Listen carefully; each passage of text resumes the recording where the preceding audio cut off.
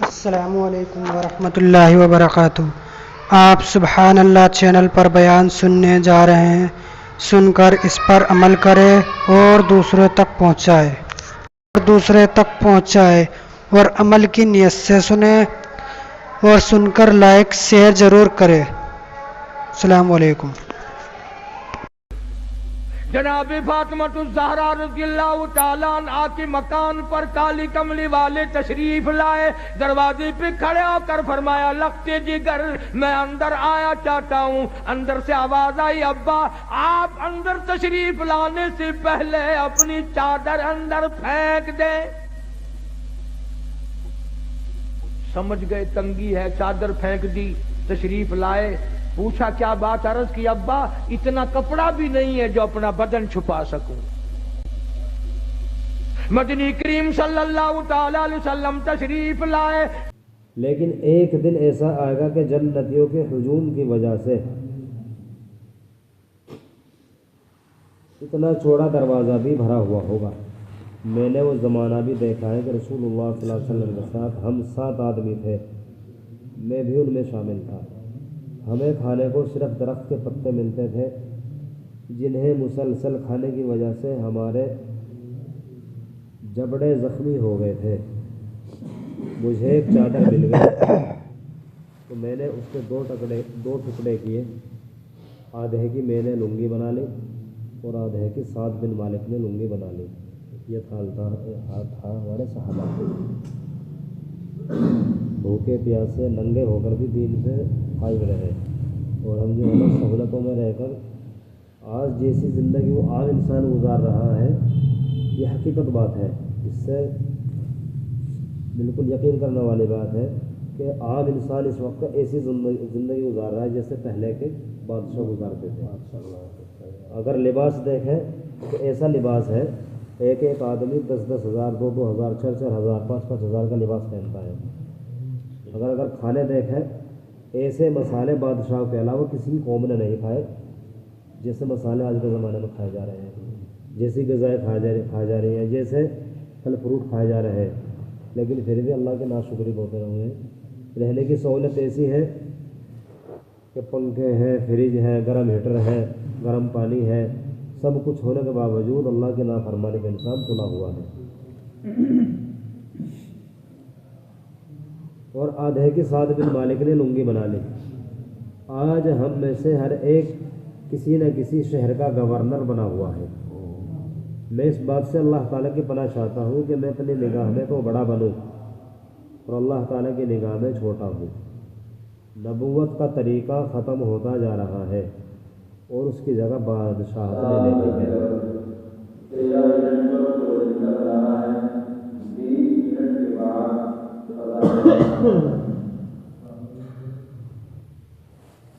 نبوت کا طریقہ ختم ہوتا جا رہا ہے، اس کی جگہ بادشاہت نے لے لی ہے۔ ہمارے بعد تم دوسرے گورنروں کا تجربہ کر لو گے۔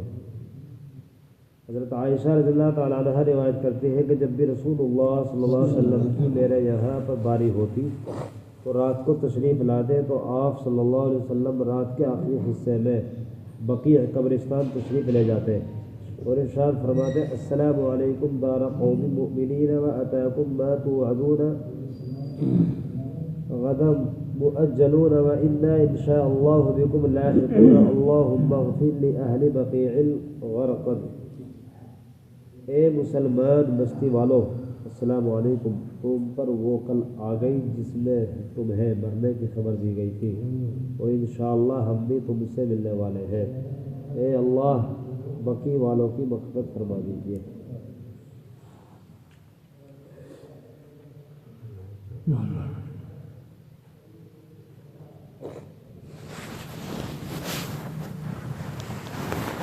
حضرت برا بن عازب رضی اللہ تعالیٰ روایت کرتے ہیں کہ رسول اللہ صلی اللہ علیہ وسلم صف میں ایک کنارے سے دوسرے کنارے تک تشریف لاتے، ہمارے سینوں اور کاندھوں پر ہاتھ مبارک پھیر کر صفوں کو سیدھا فرماتے اور ارشاد فرماتے کہ صفوں میں آگے پیچھے نہ رہا کرو، اگر ایسا ہوا تو تمہارے دلوں میں ایک دوسرے سے اختلاف پیدا ہو جائے گا۔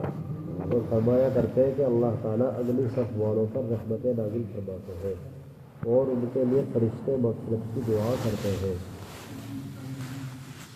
حضرت بارہ بن عازب رضی اللہ تعالیٰ روایت کرتے ہیں کہ رسول اللہ صلی اللہ علیہ وسلم اس صف میں ایک کنارے سے دوسرے کنارے تک تشریف لاتے، ہمارے سینوں اور کاندھوں پر ہاتھ مبارک پھیر کر صفوں کو سیدھا فرماتے اور ارشاد فرماتے کہ صفوں میں آگے پیچھے نہ رہو، اگر ایسا ہوا تو تمہارے دلوں میں ایک دوسرے سے اختلاف پیدا ہوگا، اور فرمایا کرتے کہ اللہ تعالیٰ گلی صف والوں پر رحمتیں نازل فرماتے ہیں اور ان کے لیے فرشتے مغفرت کی دعا کرتے ہیں۔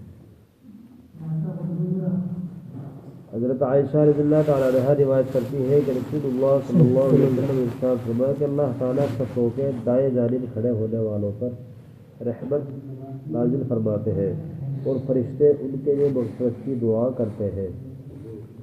حضرت ابن عباس رضی اللہ تعالیٰ روایت کرتے ہیں کہ رسول اللہ صلی اللہ علیہ وسلم نے ارشاد فرمایا کہ جو شخص مسجد میں صف کی بائیں جانب اس لیے کھڑا ہوتا ہے کہ وہاں لوگ کم کھڑے ہیں تو اس سے 2 اجر ملتے ہیں۔ فائدہ، صحابہ کرام رضوان اللہ تعالیٰ اجمعین کو جب معلوم ہوا کہ صف کے دائیں حصے کی فضیلت بائیں کے مقابلے میں زیادہ ہے تو سب کو شوق ہوا کہ اسی طرف کھڑے ہو، جس کی وجہ سے بائیں طرف کی جگہ خالی رہنے لگی۔ اس موقع پر نبی کریم صلی اللہ علیہ وسلم نے بائیں جانب کھڑے ہونے کی فضیلت بھی ارشاد فرمائی، یعنی ڈبل مرتبہ ہے۔ دوسری طرف اگر دیکھا کہ ذرا لوگ کم ہے بائیں جانب۔ السلام علیکم ورحمۃ اللہ وبرکاتہ۔ میرے محترم بھائیوں، دوستوں، بزرگوں اور عزیز ساتھیوں، اللہ تعالیٰ نے ہمیں دنیا میں بھیجا،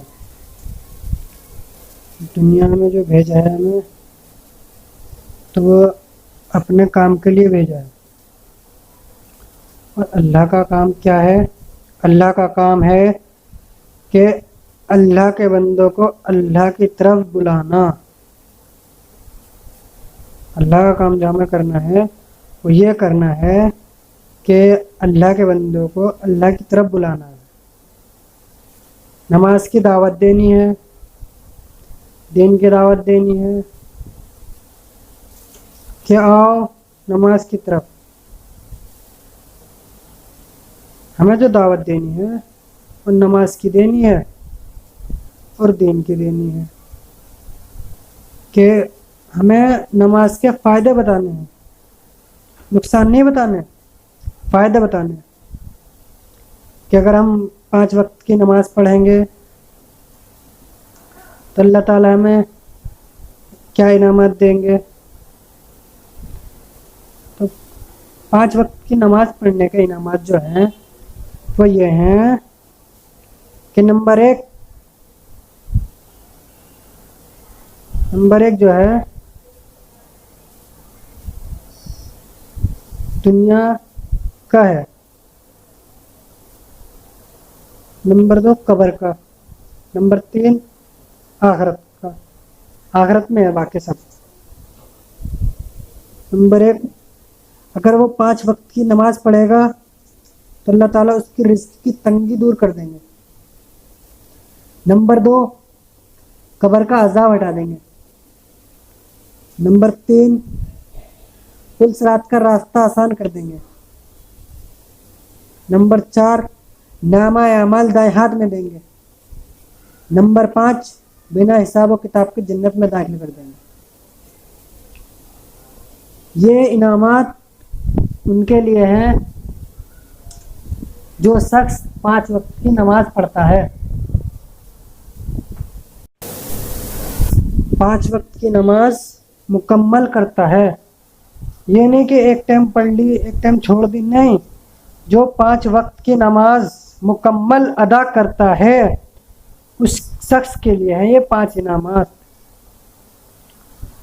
اور چھوڑنے کے جو ہیں وہ بھی گناہ بھی ہے۔ 5 وقت کی نماز جو چھوڑتا ہے تو ہمیں گناہ نہیں بتانا ہے کہ کتنا گناہ ملے گا 5 وقت کی نماز، انعامات بتانے ہیں۔ جو شخص 5 وقت کی نماز مکمل ادا کر رہا ہو اس شخص کو 5 انعامات سے نوازا جائے گا کل قیامت کے دن۔